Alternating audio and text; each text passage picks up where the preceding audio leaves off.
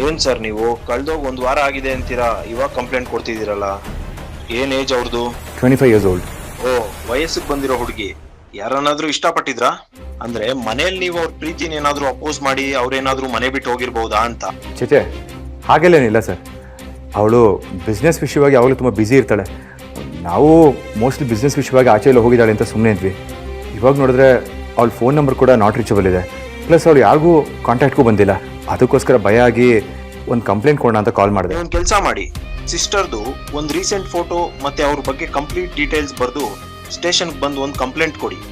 ಮುಂದಿಂದು ನಾವು ನೋಡ್ಕೊಂತೀವಿ. Okay sir. ಅಪರಾಧಿ ಅಂತ ಇನ್ನೂ ಪ್ರೂವೇ ಆಗಿಲ್ಲ, ಆದರೂ ಇಷ್ಟೊಂದು ಹೀನಾಮಾನವಾಗಿ ಹೊಡೆದಿದ್ದಾರೆ ಅಂತಂದ್ರೆ ಇದು ಅಧಿಕಾರದ ದುರುಪಯೋಗ ಅಲ್ಲದೆ ಮತ್ತಿನ್ನೇನು ಇವರಾನ.